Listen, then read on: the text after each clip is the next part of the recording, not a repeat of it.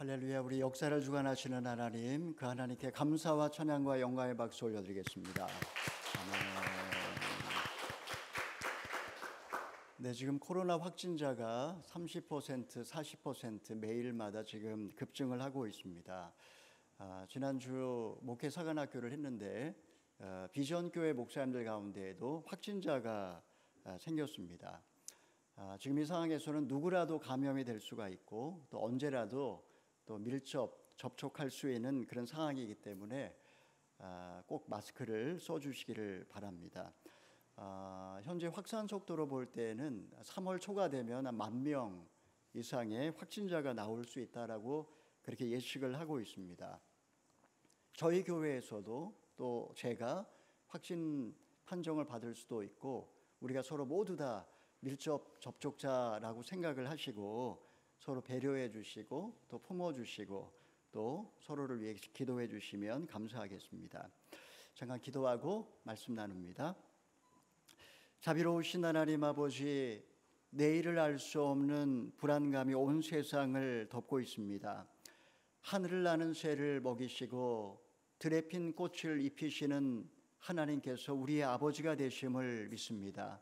주님, 이 시간에 주님의 말씀 듣기 원하여서 예배당에 모여 싸우니 주님 말씀하옵소서. 듣겠나이다. 예수님의 이름으로 기도하옵나이다. 아멘. 이 시간에 저는 죽은 자 가운데서 깨어나라 라는 제목으로 오늘 말씀을 함께 나누기를 원합니다. 수많은 현대인들이 피로감을 호소합니다. 깨지 않고 깊은 잠을 자고 싶어 합니다. 반면에 성경에서는 잠자기를 좋아하지 말라 이런 말씀을 우리에게 가르칩니다. 전구가 발명되기 전 잠을 충분히 잘 수 있었던 구약의 배경을 이해하고 읽어야지 이 말씀이 무슨 의미인지 우리가 알 수가 있습니다. 하루 8시간 이상 충분히 잠을 자는 것은 건강에 필수적입니다. 성경에서 이 잠이라고 하는 말은 단지 생리적인 문자적인 어떤 의미보다도 신학적 어떤 비유와 상징이라고 이야기할 수가 있습니다. 깊은 잠은 창조의 시간이요 하나님을 만나는 통로이기도 합니다. 이를 쉬고 잠을 잘 때 하나님은 우리에게 꿈과 환상을 통해 미래일을 보여주시고 그리고 하나님이 친히 일을 하십니다. 반면에 깊은 잠이라는 것은 어떤 파괴적인 그런 힘을 갖고 있어서 죽음에 이르게 하기도 합니다. 노인이 잠에서 깨어나지 못하면 자연사라고 말을 하지만 그러나 그 밤에 죽음의 강물을 홀로 건너야 하는 것입니다. 잠은 우리의 삶에 꼭 필요한 것이지만 때로 그 잠이 죽음으로 이어질 수도 있다라는 말씀입니다. 이 시간에 우리는 본문 말씀을 통해서 죽음에 이르는 잠에 빠진 한 교회에 관한 이야기를 나누어 보고자 합니다. 첫째는 내 행위를 알고 있으니, 우리 1절의 말씀을 읽어보겠습니다. 시작. 너는 사대 교회의 사자에게 이렇게 써라. 하나님의 7영과 7별을 가지신 이가 이렇게 말씀하신다. 내가 내 행위들을 알고 있으니 너는 살아있다 하는 이름을 가지고 있으나 실은 죽어 있구나. 사대 교회에 나타나신 주님은 7별과 7영을 가지신 분의 모습으로 나타나셨습니다. 성경에서 7이라는 것은 완전수입니다.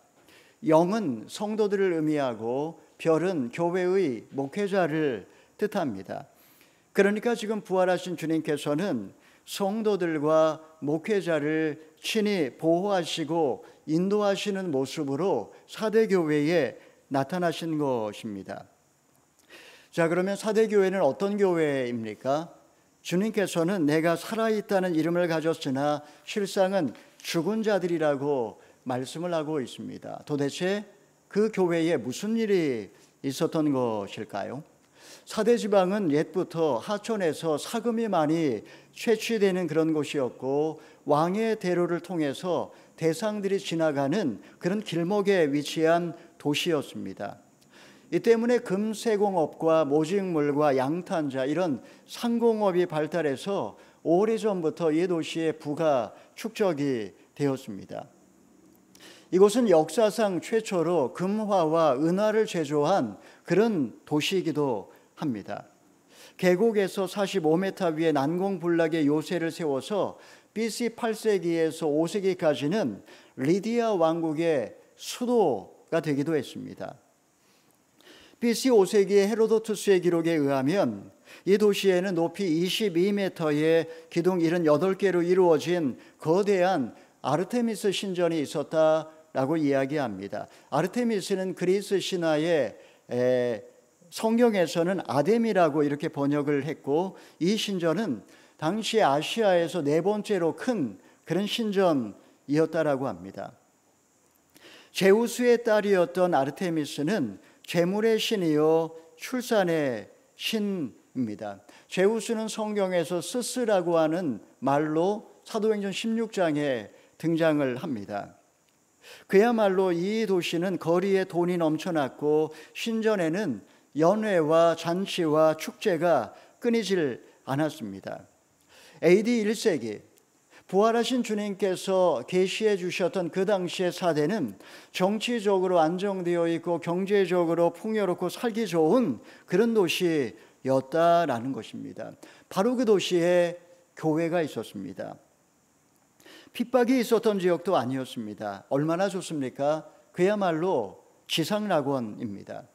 그런데 이상한 일입니다. 교회는 급격하게 세속화의 길을 걷기 시작했습니다. 아무런 긴장감도 없습니다. 문제의식도 없습니다. 특별한 십자가나 사명이 있었던 것도 아닙니다. 그냥 그저 습관을 좇아 교회에 나올 뿐입니다. 겉으로 볼 때 전혀 문제가 없는 그런 교회였습니다. 그런데 주님께서는 바로 그 교회를 향해서 내가 너의 행위를 안다라고 주님은 말씀을 하고 있습니다. 복음의 감격과 그 복음의 기쁨을 누리질 못합니다. 어떤 애통함이라든가 어떤 복음의 생명력도 없습니다. 은혜로운 말씀을 들어도 감동이 없고 심판의 메시지를 들어도 찔림이 없습니다. 눈물이 말라버린 지는 오래되었습니다. 숨을 쉬고 있지만 껍데기 신앙인, 이것이 바로 살아있다는 이름을 가졌지만 실상은 죽은 사대교회의 모습이라는 것입니다. 여러분, 유럽 교회가 그랬습니다. 과거에 그들은 살아있었습니다. 태어나면서 당연히 세례를 받았고 그리고 경건한 마음으로 예배를 드렸습니다. 세계적인 설교자와 신학자와 영성가를 배출을 했고 땅끝까지 수많은 선교사가 나가서 복음을 전했습니다. 하지만 오늘날 유럽 교회는 선교 열정도 말씀에 대한 경외심도 다 죽어버렸습니다. 예배당은 이제 박물관이 되거나 유물이 되거나 아니면은 나이트클럽이나 모스크에 팔려나가고 있습니다. 과거의 명성은 있지만 화석화된 교회가 되고 만 것입니다. 여러분, 낚시 좋아하는 분들 계십니다. 살아있는 물고기는 어떻습니까? 저는 한 번도 낚시를 해본 적이 없어서 잘 모르지만 낚시하는 분들 이야기를 들어보면 그 재미에 낚시를 한다라고 이야기를 하십니다. 지느러미를 파닥거리며 물결을 헤치고 거슬러 올라갑니다. 한 번씩 물 위로 솟구쳐 올라오기도 합니다. 낚싯바늘에 걸려도 그 힘이 대단합니다. 하지만 죽은 물고기는 어떻습니까? 하늘을 향해 배를 뒤집은 채 둥둥 떠내려 옵니다. 물결 치는 대로 흘러갑니다. 죽은 물고기는 아무리 커도 절대로 먹지를 않습니다. 자, 복음서를 보게 되면 사대교회처럼 예수님으로부터 비슷한 책망을 받았던 그런 사람들이 있었습니다. 우리 마태복음 23장 27절 28절의 말씀 읽어보겠습니다. 시작. 너희에게 화가 있을 것이다. 율법학자와 바리새파 위선자들아, 너희는 하얗게 칠한 무덤과 같다. 겉은 그럴듯해 보이지만 속은 죽은 사람의 뼈와 온갖 더러운 것들로 가득 차 있다. 이와 같이 너희도 겉으로는 사람들에게 의롭게 보이지만 그 속에는 위선과 불법이 가득 차 있다. 헬라어의 위선이라는 단어, 휘포크리시스라는 단어는 연극에서 배우가 가면을 쓰고 연기를 한다라는 그런 의미입니다. 심리학에서 이 가면이라는 이 페르소나라는 말은 자기 지위에 맞는 어떤 사회적인 역할이라든가 규범을 뜻하기도 합니다. 인간은 어느 정도 인격이라는 가면을 쓰고 살 수밖에 없습니다. 자기의 내면을 있는 그대로 드러내게 되면 정상적인 관계를 우리가 맺을 수 없기 때문에 어느 정도 가면이 필요한 것입니다. 문제는 내가 쓰고 있는 가면을 나 자신이라고 동일시할 때 생깁니다. 어느 순간 그 가면이 익숙해지게 되면 가면이 진짜 나인 줄로 착각을 하면서 진정한 나 자신은 소외되고 마는 것입니다. 겉과 속이 다른 사람, 말과 행실이 틀린 사람, 세상에서와 교회에서의 삶이 일치하지 않는 사람, 하나님 앞과 사람 앞에서 다르게 사는 사람은 다 위선자라고 그렇게 이야기할 수가 있습니다. 인생을 연극처럼 사는 사람이 바로 그들입니다. 진정한 경건이란 무엇일까요? 그것은 일상의 삶을 멈추고 자기의 내면을 들여다보며 자신의 죄인됨을 발견하고 하나님의 음성에 귀를 기울이며 아버지의 뜻에 순종하려고 하는 태도, 이런 것을 우리는 경건이라고 이야기를 합니다. 위선자들은 정직한 자기의 성찰의 삶이 없는 삶에서 시작된다라고 할 수가 있습니다. 여러분, 주님은 내가 너의 행위를 알고 있다라고 말씀을 하십니다. 여러분, 저나 여러분이라 한번 가슴에 손을 얹고 한번 생각해 보십시오. 지금 나의 심장은 아직 뛰고 있습니까? 살았다는 이름을 가졌으나 어느새 세상 풍요와 교만에 빠져서 죽은 자로 살고 있지는 않습니까? 신앙생활을 연극처럼 가면을 쓴 채 적당히 흉내를 내고 있지만 겨우 명맥만 유지하고 있거나 아예 심장이 멎어버리지는 않았느냐 하는 것입니다. 사대교회는 칭찬 한마디 듣지 못한 그 7교회 중 그 2교회 중 하나였지만 전혀 희망이 없는 것은 아니었습니다. 둘째는 깨어 회개하라 라고 주님은 말씀하십니다. 우리 2절의 말씀을 읽어보겠습니다. 시작. 너는 깨어서 죽어가는 남은 것을 굳건히 하여라. 나는 내 행위들이 하나님 앞에 온전케 된 것을 찾지 못했다. 온전케 된 것을 찾지 못했다. 마치 책망의 말씀처럼 들리지만 이 말씀 속에는 그래도 희망의 싹이 남아 있습니다. 주님이 뭐라고 말씀하십니까? 남아있는 것을 굳게 하라. 다들 죽어가고 있었지만 교회 안에 아직 살아있는 사람들, 살아있는 성도들이 남아있다라는 것입니다. 남아있는 것을 굳게 하라. 그렇게 우리말 성경은 번역을 했지만 표준 새 번역을 보게 되면 아직 살아있지만 막 죽어가는 자들을 굳건하게 하라 라고 그렇게 번역을 했습니다. 꺼져가는 불씨 같은 성도들이 아직 남아있다 라는 그런 말씀입니다. 우리 4절의 말씀 읽어봅니다. 시작. 그러나 사대의 4절입니다. 네, 시작. 그러나 사대의 옷들을 더럽히지 않은 몇몇 사람들이 있다. 그들은 흰 옷을 입고 나와 함께 다닐 것이니 그들이 그럴 만한 자격이 있기 때문이다. 사대 교회에는 아직 옷을 더럽히지 않은 그러한 성도들이 있고 주님과 동행할 자격이 있는 몇몇 교인들이 남아있다라는 것입니다. 대부분의 교인들은 세속화되어 마음이 하나님으로부터 떠나 있었습니다. 영적으로 깊이 잠들어 죽어 있었다라는 것입니다. 깨어있는 몇몇 성도들이 남아있긴 했지만 그들 역시 세속화의 물결을 거스르지 못한 채 이제 지쳐서 서서히 죽어가고 있는 그런 상태였습니다. 하지만 주님은 그들을 보실 때 그들만이 아직 세상과 교회의 희망이라고 그렇게 말씀을 하고 계십니다. 사대라고 하는 이 도시는 오늘날 터키 아주 작은 마을로 남아 있습니다. 자르트라고 하는 그런 마을로 남아 있습니다. 4대의 헬라식 이름은 자르티스입니다. 그 의미는 남은 자라는 뜻입니다. 구약 성경에 보게 되면 스바랏이라고 하는 그런 지명으로 오바댜서 1장에 남아 있는데, 포로로 끌려갔던 이스라엘 백성들이 땅끝까지 가서 그곳에 정착한 곳이 바로 스바랏이었고, 이 단어가 오늘날 서바나라고 하는 말의 유래를 하게 된 것입니다. 그들은 남은 자라는 뜻이었습니다. 그들은 세속화를 거부하고 남은 자로 주님 안에 희망을 갖고 살았습니다. 그들은 살아있는 이름을 갖고 있는 그런 교회였던 것이죠. 염색 기술이 발달한 4대 지역은 화려한 의복으로 유명했던 곳입니다.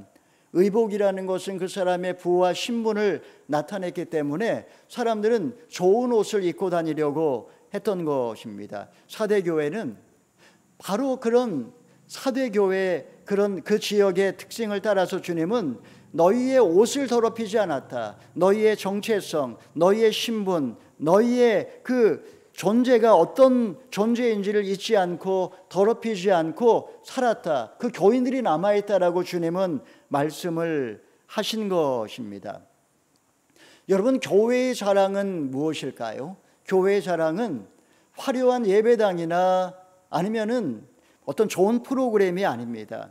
그 교회 안에 진정 깨어있는 사람, 세상과 구별된 사람, 예수님의 향기를 풍기는 사람이 교회의 자랑거리입니다. 이들이야말로 가정을 변화시키고 세상을 변화시키는 그런 능력입니다. 저희 교회에도 그런 분들이 계십니다. 교회가 그리스도를 닮아가는 영성과 세상 속에서 그리스도를 드러내는 거룩함을 상실했다면 그 교회는 결국 세상 사람들에게 맛이른 소금처럼 짓밟히고 말 것입니다. 자, 지금 내가 새 속에 물들어 죽은 자처럼 살고 있다면 어떻게 해야 할까요? 우리 3절의 말씀을 읽어보겠습니다. 3절입니다. 시작. 그러므로 너는 어떻게 받고 들었는지 기억해 순종하고 회개하여라. 만일 내가 깨어있지 않으면 내가 도둑같이 올 것이니 내가 어느 때 내게 올지 내가 결코 알지 못할 것이다. 너는 어떻게 받고 들었는지 기억하라. 그렇게 말씀을 하고 있습니다. 여러분, 이게 무슨 말일까요? 너는 어떻게 받고 들었는지 기억하라. 하나님이 내게 값없이 베풀어 주신 한량없는 은혜를 기억하고 주님이 일깨워 주신 대로 순종해서 마음을 주님께로 돌이키라는 그런 회개를 촉구하는 말씀이라고 할 수 있습니다. 만약에 주님의 음성을 듣고도 마음의 완악함과 교만 때문에 죽은 자 가운데서 깨어나지 못한다면 주님이 도둑같이 오실 때 준엄한 심판을 피할 수 없을 거라는 경고의 말씀입니다. BC 6세기 사대는 리디아 왕국의 수도였지만 페르시아 고레스 왕에 의하여 멸망당한 그런 나라였습니다. 사대는 천혜의 요새였기 때문에 시간만 끌면 퇴각할 거라고 그렇게 믿어 의심치 않았습니다. 도시 남쪽은 전혀 방어할 필요가 없는 깎아지르는 그런 가파른 절벽이었습니다. 적군이 에워싸고 있는 성벽만 그들은 철통같이 경비를 했습니다. 그날 밤 페르시아 군대는 개미떼처럼 절벽에 달라붙어 기어 올라왔고 마침내 그 성은 함락이 되고 만 것입니다. 여러분, 주님을 알지 못했을 때 우리는 얼마나 비참한 삶을 살았습니까? 주님이 값없이 베풀어 주신 은혜를 망각한 채 죽은 자처럼 살아가고 있지는 않습니까?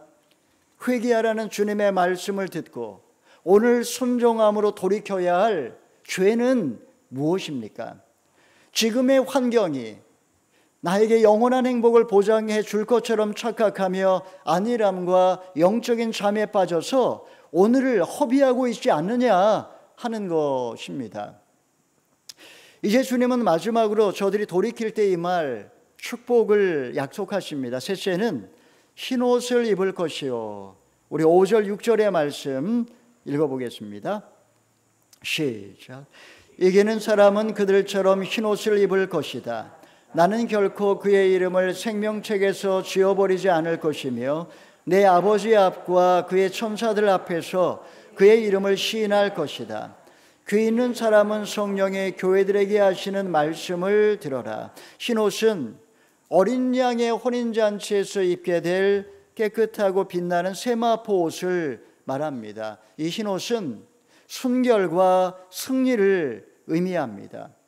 믿음으로 승리한 자들에게 생명책에 그 이름을 기록할 것이고 아버지와 천사들 앞에서 예수님의 자랑거리가 될 거라고 그렇게 주님은 약속을 하고 있습니다. 새 속에 물들지 않고 죽은 자 가운데 깨어있던 성도들은 영원한 구원의 복을 누리게 될 거라고 하는 그런 약속의 말씀을 하고 계십니다. 하지만 이 약속의 말씀은 누구에게나 보장된 것이 아닙니다. 주님이 뭐라고 마지막으로 말씀하십니까? 귀 있는 사람은 성령의 교회들에게 하시는 말씀을 들어라. 지금 말씀이 내 귀에 지금 들린다면 아직 나에게는 희망이 남아 있습니다. 만약에 이 말씀이 전혀 귀에 들리지 않는다면 고난 가운데 주시는 주님의 섭리를 우리는 깨닫지 못할 것입니다. 내게 베풀어 주신 그 용서와 은혜를 우리는 기억하지 못할 것입니다. 반면에 회개하고 돌이키는 자는 죄사함의 은혜를 받아 흰옷을 입고 주님과 동행하는 기쁨을 누릴 거라고 주님은 우리에게도 말씀을 하십니다. 모태신앙인이었지만 술과 음란에 빠져 흥청망청 살던 분이 계셨습니다. 10년 넘게 직장 생활했지만 빚만 남았습니다.